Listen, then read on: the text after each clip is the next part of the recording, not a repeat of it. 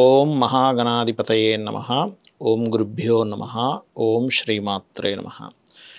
పరమేశ్వర స్వరూపమైనటువంటి జ్యోతిష, వాస్తు మరియు ఇతర అనేకమైనటువంటి శాస్త్రములను మనకు అందించినటువంటి మహర్షులకి నమస్కారం. హయగ్రీవ హయగ్రీవ హయగ్రీవేతియో వధేత్తస్య నిస్సరతే వాణి జహ్నుకన్యా ప్రవాహవత్.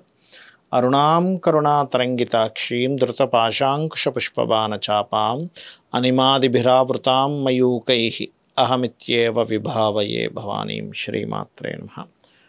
ప్రేక్షకులకి ఆ లలితాంబిక అమ్మవారి యొక్క అనుగ్రహం పరిపూర్ణంగా కలగాలని మనస్ఫూర్తిగా కోరుకుంటూ మనం ఈరోజు చెప్పుకోబోయేటువంటి నామాలలో లలితా సహస్రనామాలు, ఇవి అపౌరుషములు అంటారు. ఇది ముఖ్యంగా నేను అప్పుడప్పుడు ఎందుకు గుర్తు చేస్తూ ఉంటానంటే, ఇదేదో నామాలు కేవలం అనుకోవడానికి లేదు. గుర్తుపెట్టుకోండి, వేదములో ఉండేటువంటి మంత్రముల కంటే కూడా వేదముతో సమానంగా, దానికంటే దీనికంటే అని కాదు, కానీ వేదమంత్రములతో సమానమైనటువంటివి నామములు. అందుకే వీటిని అందరూ స్పష్టంగా పలకకుండా, పూర్తిగా తెలుసుకోకుండా చేయకూడదు అంటూ ఉంటారు పెద్దలు. అందులో తప్పు లేదు.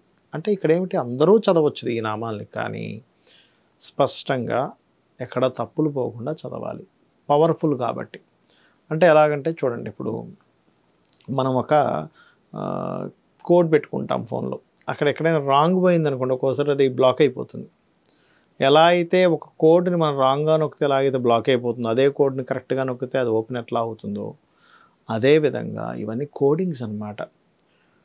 మంత్రం సంబంధంగా భగవంతుడు ఉంటాడు, అదేవిధంగా ఈ నామ సంబంధంగా భగవత్ శక్తి మనకి సమకూరుతూ ఉంటుంది. కాబట్టి ఈరోజు మనం చెప్పుకునేటువంటి ఈ నామం ఏదైతే ఉందో, మహా పాశుపతాస్త్రాగ్ని నిర్దగ్ధ సురసైనిక అనేటువంటి నామం ఇది. అంటే దీని యొక్క అర్థం ఏమిటి? మహాపాశుపతము, మహాపాశుపతం అనేటువంటి దాన్ని అమ్మవారు ప్రయోగించి ఆ యొక్క పూర్తిగా దహింపజేసింది. ఎవరి సైన్యాన్ని?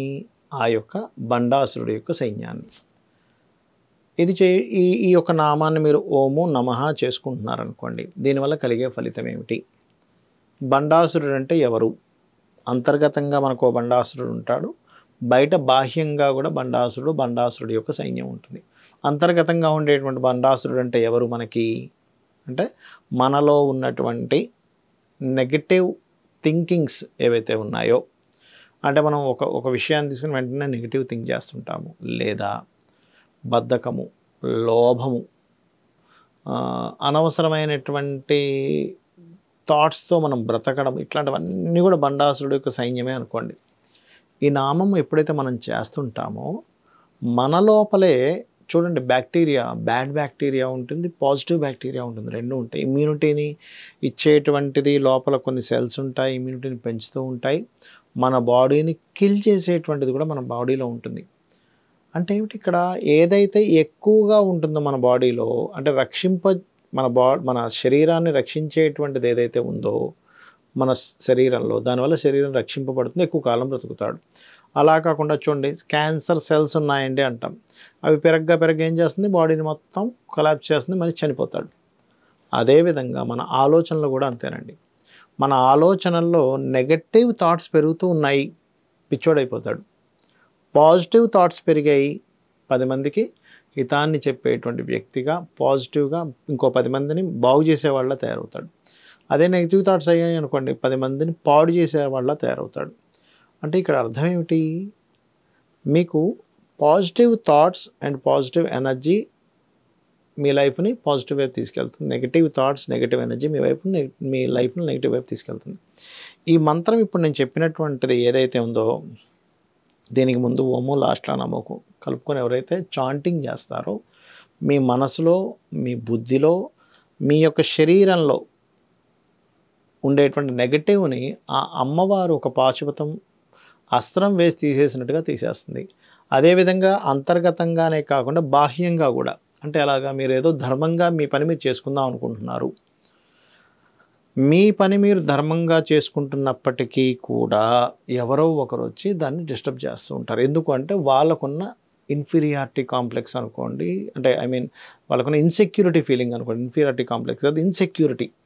అమ్మో వీళ్ళు గనక ఎదిగిపోతే మనం తక్కువైపోతామేమో, అమ్మో వీళ్ళు గనక సొసైటీలో ఒక స్టేజ్కి వెళ్ళిపోతే నన్ను ఎవరు పట్టించుకోరేమో, నా కళ్ళ ముందు నేనే ఎప్పుడు నెంబర్ వన్గా ఉండాలి అని ఇంకోటి నెంబర్ వన్లోకి వెళ్ళిపోవడం ఏమిటి? నువ్వు ప్రయత్నించు, నీ శాయశక్తులా నువ్వు కూడా ధర్మంగా ప్రయత్నించు. ఎందుకు ఉండవు నెంబర్ వన్గా? అది ఎవరు పట్టించుకోకుండా ఏం చేస్తారంటే భయంలోనో తెలియని ఒక వెర్రితనంలోనో అవతల వాళ్ళని పాడు చేసే పని మీద ఉంటూ ఉంటారు. అదే రాక్షసత్వము, అదే బండాసురుడు, అదే మనకి బండాసురుడు యొక్క తమ్ముళ్ళు ఉంటారు, విశుక్రుడు విషంగుడు అని. వాళ్ళే ఈ సైన్యం ఇదంతా కూడా బండాసుర సైన్యం. అంటే అవతల వ్యక్తి ధర్మబద్ధంగా న్యాయబద్ధంగా వాడి జీవితం వాడు బ్రతుకుతూ ఉంటే అందులో నువ్వు వేలు పెట్టి నువ్వు వాడిని పాడు చేసే కార్యక్రమం నువ్వు మొదలుపెట్టావంటే నువ్వే బండాసురుడివి. ధర్మబద్ధంగా ఉన్నావంటే నీవే శక్తి సేన, అంటే అమ్మవారి యొక్క సేనలో ఉన్నవాడివి నువ్వు, అమ్మవారి యొక్క అనుగ్రహం పొందినవాడివి నువ్వు.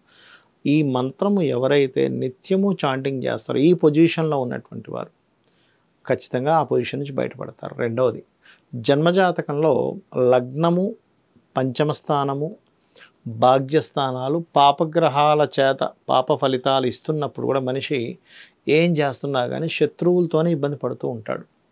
6th హౌస్ బాగా పాడైంది, శత్రువులతో ఇబ్బంది పడుతూ ఉంటాడు, కోర్టు కేసెస్ అని అదని ఇదని. అలాంటప్పుడు కూడా ఈ మంత్రం పనిచేస్తుంది. ఇక వాస్తుపరంగా కూడా మనకి ఏమవుతుంటుందంటే నైరుతి దోషం ఎక్కువగా ఉందనుకోండి, ఈశాన్యం దేవతా స్థానంగా చెప్తారు. నైరుతి వైపు ఉండే పితృదేవతా స్థానం ఉంటుంది, రాక్షస సంబంధించిన స్థానాలు కూడా ఉంటాయి. అక్కడ ఏదైనా మీకు నైరుతి ఎక్కువగా పాడైతే కూడా ఇటువంటి ఇబ్బందులు పడుతూ ఉంటారు. ఈ మంత్రం దానికి కూడా పనిచేస్తుంది.